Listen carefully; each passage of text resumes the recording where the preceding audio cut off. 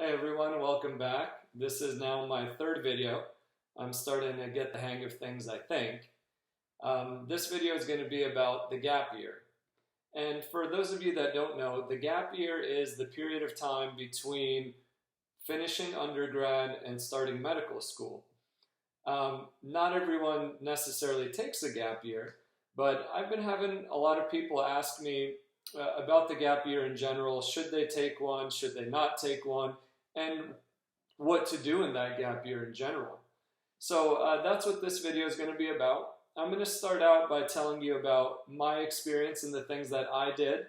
But remember, everyone is totally unique and they have their own individual experiences, and what may be right for me may not be right for others. But hopefully this video kind of helps you through that process.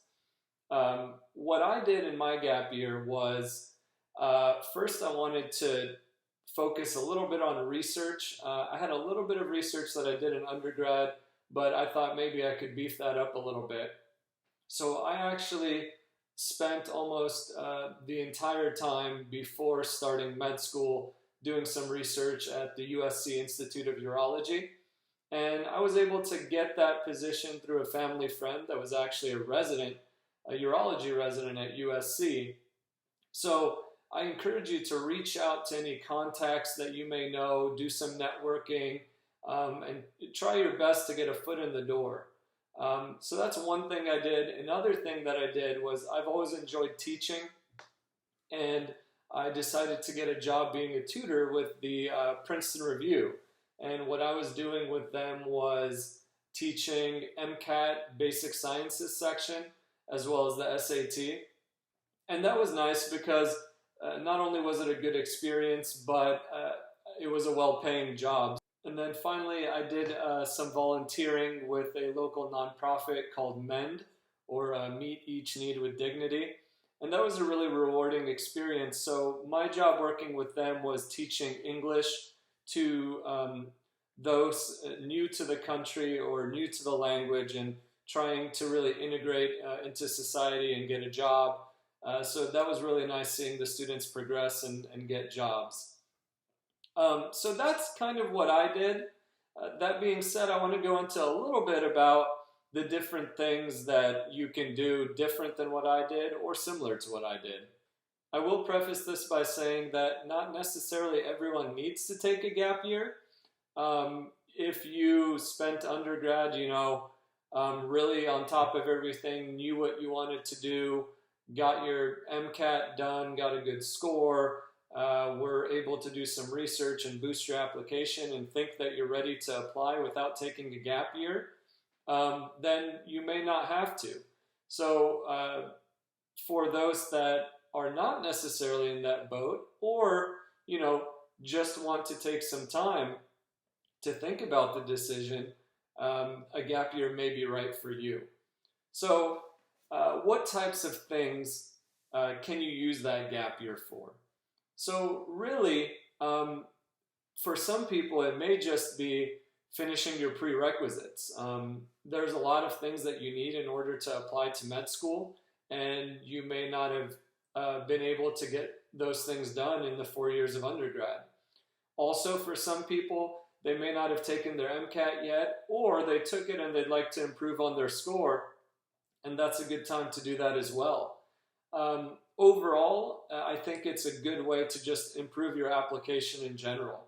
Put more things on your CV, get some more experience before applying, take the time to make a really polished app and a good personal statement. And then ultimately, it's a time to kind of reflect a little bit on your decision before you apply. Make sure that this is the right career path for you. It's a very big decision, and a lot of thought, I think, should be put into it. So what are some things that you can do in your gap year? I mentioned a few things, and I'll kind of quickly go through some other options to consider. So one, I already mentioned research. It doesn't necessarily have to be in the field you hopefully want to go into the future. Also, I don't think you need to know what field you want to go into in the future. I think a lot of times it's actually better to just come in with an open mind and say, I want to experience all the different specialties, and then decide from there. And that way you may make a better decision that way by being open-minded. So research is usually going to come by reaching out to people you may know, trying to network a little bit, shooting out some emails to different, professors or whatever it may be at different universities and hospitals that may be doing the research that you're interested in, and ask them if you can participate.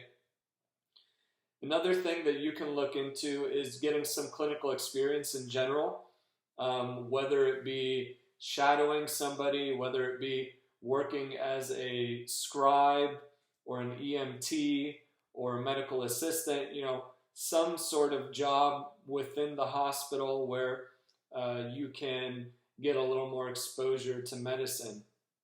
Or just getting a completely different job in general, not in the hospital. So similar to what I did.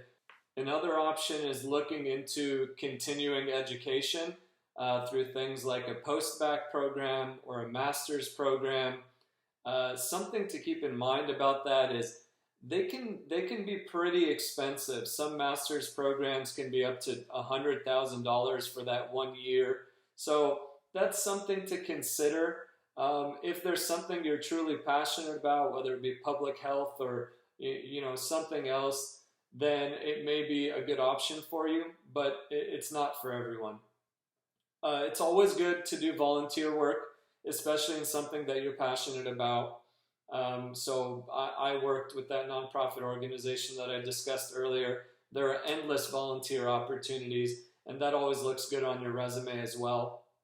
Like I said earlier, for some people, this is some dedicated time to really study for that MCAT without having a lot of other distractions.